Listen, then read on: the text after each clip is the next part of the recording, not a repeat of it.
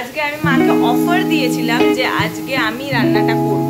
তার কারণ বাইরে গরম গরম করা শুরু হয়ে গেছে, বৃষ্টি তো একটু হলো না বিকেলের দিকে, বাইরে বেশ ভালো মেঘ চারটে কালারকে মিক্স করলাম, দেন এই কালারটাকে আনলাম। জানি না কিরকম ঠিকঠাক হয়েছে কিনা, তো মনে হয়।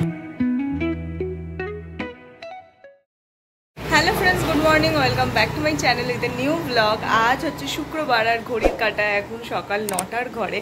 ঘুম থেকে উঠতে আজকে প্রচণ্ড লেট হয়ে গেছে, কারণ এত ভালো ওয়েদার না ঘুমিয়ে কি করে পারি বলো। আর এই যে ঘুমোচ্ছি, ডিপ ঘুম হচ্ছে আর ভীষণ আরামদায়ক ঘুম হচ্ছে, যার জন্য ঘুমটা ভাঙতেও অনেক লেট হয়ে যাচ্ছে। তো সেই জন্য দিনটাও একটু লেটেই শুরু করছি। তো এনিওয়েজ চলো আজকে দিনটা এখন থেকেই শুরু করছি, আর তোমরাও দেখতে থাকো আজকে সারাদিন আমি ঠিক কী করে কাটাচ্ছি। তো চলো আজকে দিনটা এখন থেকেই শুরু করে দিই। সকাল থেকে ওয়েদার আবার মেঘলা মেঘলা হয়ে আছে, ঘরের আলো না জ্বালালে তোমার ঘরটা পুরো আর কি অন্ধকার হয়ে থাকছে। তো এই বৃষ্টি বাদলা কতদিন চলবে জানি না। কেউ কেউ বলছে ওয়েদার কেটে যাচ্ছে, আবার কেউ কেউ বলছে না এই ওয়েদার কন্টিনিউ থাকবে। তবে জানো তো, কালকে ফেসবুকে খবরের চ্যানেলগুলোতে দেখছিলাম দীঘার মন্দারমণির কি সুন্দর যে সমুদ্রটা লাগছে দেখতে, এত ভালো লাগছে আর কি, পুরো সুন্দর উত্তাল সমুদ্র, তো বেশ ভালো লাগছে। যদিও হ্যাঁ, এই টাইমে সমুদ্রের নামা তো একেবারেই সেফ নয়। তো ঠিক আছে, সমুদ্রে না নামলেও ওই যে সৌন্দর্যটা, ওইটা দেখাটাও একটা আলাদা। আমার খুব ইচ্ছা আছে একবার এরকম ভরা বর্ষাতে যদি সমুদ্রে যেতে পারি তাহলে খুব ভালো হবে। দেখা যাক, দীঘা যাওয়ার বড্ড ইচ্ছা হচ্ছে, কারণ দীঘার জগন্নাথ মন্দির উদ্বোধন হয়েছে, তো সেইটা আবার দেখার খুব ইচ্ছে আছে। আর অনেক দিন দীঘা যাওয়াও হয়নি। দীঘা মনে হয় লাস্ট গেছি 5-6 বছর আগে হবে হয়তো, তার মায়ের মধ্যে আর দীঘা যাওয়া হয়নি। তো সব মিলিয়ে আর এই ওয়েদার সব কিছু মিলিয়ে আমার বারে বারে শুধু দীঘা বা মন্দারমণির নামই মনে হচ্ছে যদি একবার যেতে পারতাম তাহলে না জানি কি সুন্দর জিনিস দেখতে পেতাম। বড্ড মিস করছি। ওই গো মা, ও মা ব্যালকানিতে, মা কি করছো? জামা কাপড়ের জন্য মেশিন চালালো, জামা কাপড় কাচতে দেওয়ার জন্য। তোমার এই হাজার গোলাপটাতে তো আর কুড়ি এসেছে না, এই দিকটাতে কুড়ি এসেছে, এই রঙনেও কুড়ি এসেছে। দেখো ওই ঘরেরটাতে বেশি এসেছে, রঙনাতে ঘরের রঙনটাতে বেশি কুড়ি এসেছে। আর এই মানি প্ল্যান্টটাকে দেখি রোববার দিনকে ব্যবস্থা করতে ধরে নিয়ে অন্য কোথাও বসাতে হবে। এই ওয়েদারে না গাছপালাগুলো বেশ সুন্দর থাকে, ওরাও ওদের একদম ঠিকঠাকভাবে প্রাণ ফিরে পায়।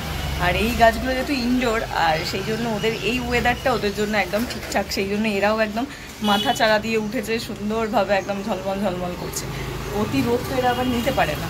এরা যেমন আউটডোর এই দিকটা, কিন্তু ওগুলো তো ইনডোর, তো ওরা আবার নিতে পারে না।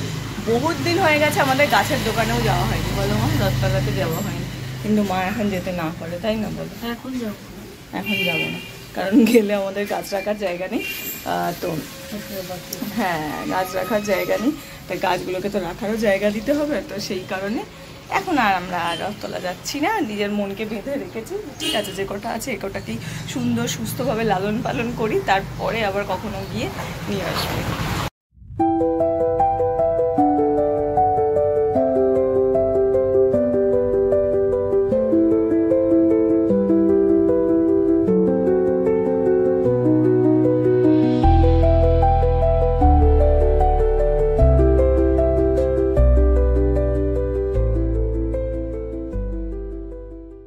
মা ওইদিকে ফুলদামে রান্না করা শুরু করে দিয়েছে, ওই যে ওইদিকে মা রান্না করছে।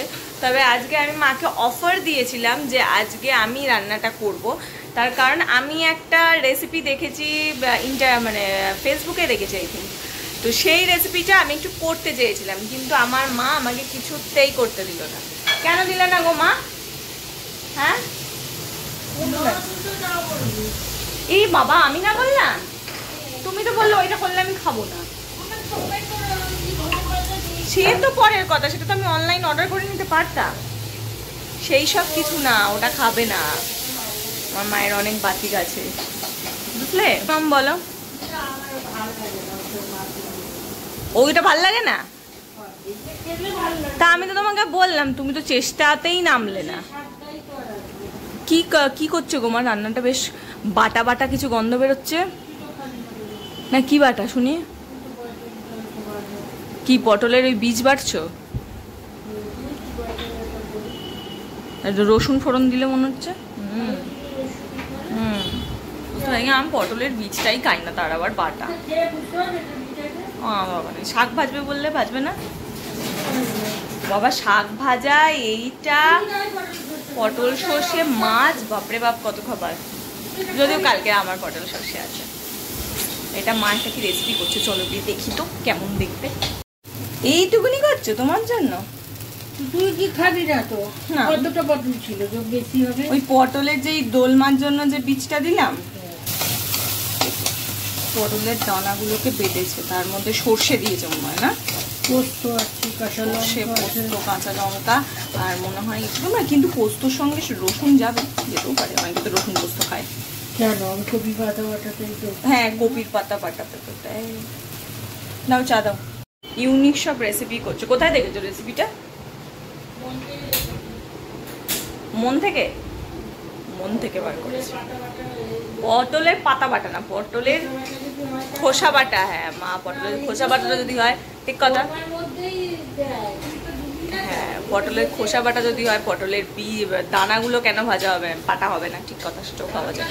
অনেকে চিংড়ি মাছের মাথাও বাটে, যে মাথাটা হয় সেটাও বেটে খায়, সেটা আমার মনে হয় ভালো লাগে। অনেকেই দেখেছি, অনেকে ভালো করে করে দেখা যাক, একটু ট্রাই করবো আমি। সবার মধ্যে আমার সবচেয়ে টাফ লাগে আমি কি লিপস্টিক পরবো, মানে কোনটা, দেখো সব আমি বার করে এখানে ছড়িয়ে ছাড়িয়ে রাখলাম, কোনটা যে এটার সঙ্গে যাবে আমি কিছুতেই, এইখানে এত কটা বার করেছি, এইখানে বুঝতে পারছি না কোন লিপস্টিকটা আজকে আমার এই ড্রেসটার সাথে যাবে। আমি তখন থেকে হাতড়েই চলেছি, এই কালারটা কি যাবে নাকি না, নাইট আউটটা যাবে না। আমি আবার শেড নাম্বারও মনে রাখি, জানো তো, শেড নাম্বার বলছি, শেড নেম মনে রেখে রেখে দেখি কোনটা যাবে, কিন্তু তাও আমি খুঁজে পাচ্ছি না। কি টাফ লাগে না এটা, আমার সবচেয়ে কঠিন লাগে মনে হয় রেডি হওয়ার মধ্যে এই পার্টটাই। 3-4টে কালারকে মিক্স করলাম, দেন এই কালারটাকে আনলাম। জানি না কিরকম ঠিকঠাক হয়েছে কিনা, তো মনে হচ্ছে ঠিক আছে। এটার সঙ্গে একটুখানি পিঙ্ক আন্ডারটোন বেশি ভালো লাগবে, কিন্তু দেরি হয়ে গেলে না আমি খুঁজে পাই না কিছু, আমার সব ঘেঁটে ঘুঁটে যায়। এই তো ক্লিপ নিচে কাকু দাঁড়িয়ে আছে, আমি দেখে নিয়েছি। চলো, মাঝে মাঝে যেদিন করে স্যাটিসফাইড হই না, লিপস্টিকটা পরে বুঝতেও পারছি না রে কেমন লাগছে, ঠিক লাগছে কি ম্যাচ করেনি। হ্যাঁ, একটু বললাম না পিঙ্ক আন্ডারটোন হলে ভালো হয়, এটা কি রেড আন্ডারটোনে হয়ে গেছে নাকি সেটাও বুঝতে পারছি না। থেকে থেকে আমার হয়, আর আমার লিপস্টিক যদি স্যাটিসফাই আমি পরে না হই, তো আমার গোটা সাজটাই আমার মনে হলো কমপ্লিট হচ্ছে না, কিছু একটা গন্ডগোল লাগে। চলে এসেছি বাড়িতে, আর একটা দিনের অপেক্ষা। আজকে গেটে তালা দেওয়া ছিল, একজন নাম ছিল, খুললো, তাই চলে। এই যে মনে হয় চিনি না আমি ভালো করে, নামেই থাকি আমি, তো কোনো লোকজন না, আমি কোনো লোকজনকে চিনি না, কে কে থাকে তাও বলতে পারবো না, কাকে কেমন দেখতে আমি তাও বলতে পারবো না কেউ। আজকে আবার বাইরে গরম গরম করা শুরু হয়ে গেছে, বৃষ্টি তো একটুও হলো না। বিকেলের দিকে বাইরে বেশ ভালো মেঘ করে এসেছিলো, এসেই ছিল, কিন্তু বৃষ্টি হলো না, তো আবার গরম করছে। এখন তাড়াতাড়ি করে আবার গা হাত পা ধুয়ে একটু ফ্রেশ হই, গরম বড্ড গরম করছে আজ। আবার ফ্রেশ হয়ে আমি এই বাইরে এলাম, আর মা অলরেডি আমার ডিনার গরম করে ফেলেছে।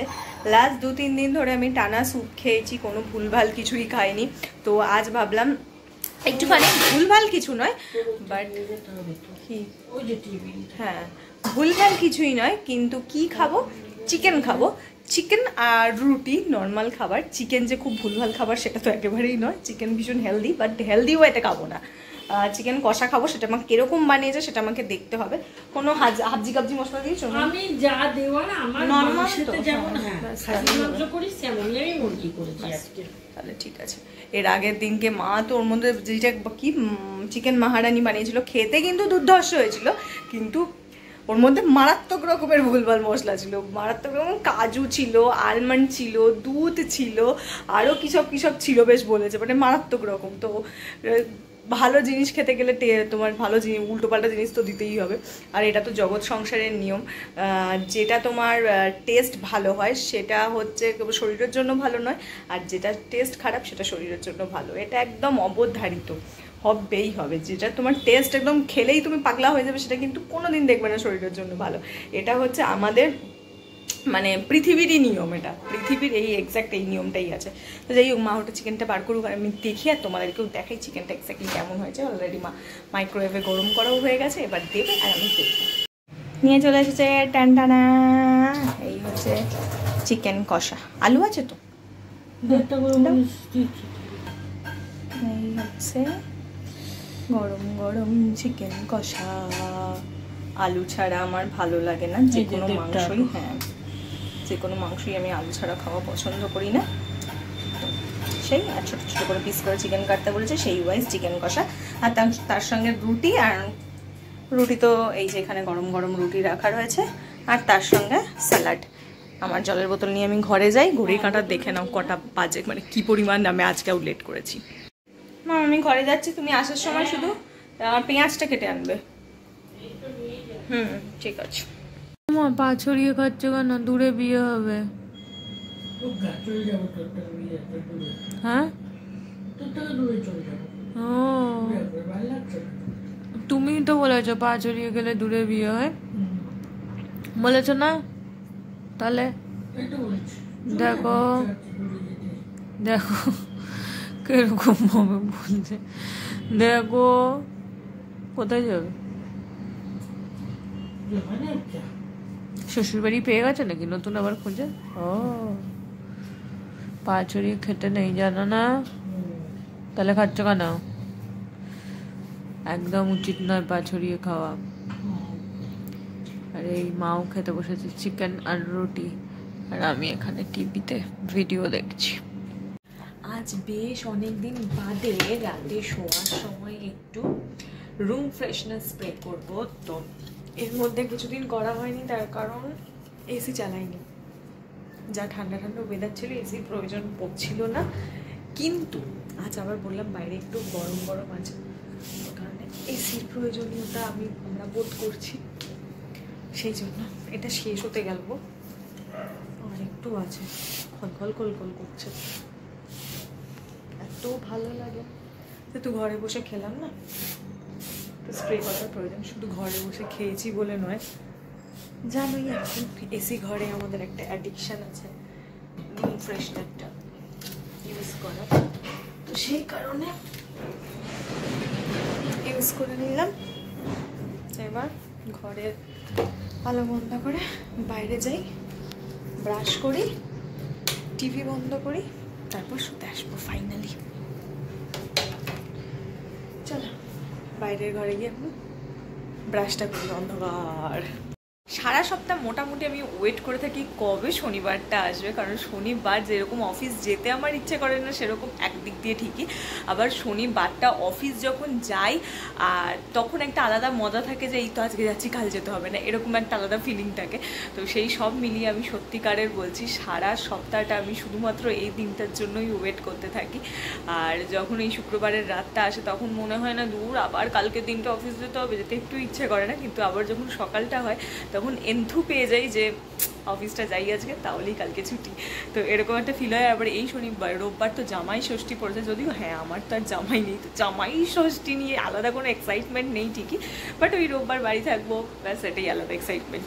তো চলো তাহলে ভিডিওটা যেইটুকুনি রাখছি, কীরকম লাগলো তোমরা ডেফিনেটলি জানিও। যদি আজকের ভিডিওটা ভালো লাগে তাহলে জানো কী করতে হবে, লাইক করতে হবে, শেয়ার করতে হবে, সাবস্ক্রাইব করতে হবে আমার চ্যানেলটা। তো চলো টাটা বাই বাই, দেখা হচ্ছে কালকে সকালে তোমাদের সঙ্গে নতুন ভিডিও নিয়ে। বাই।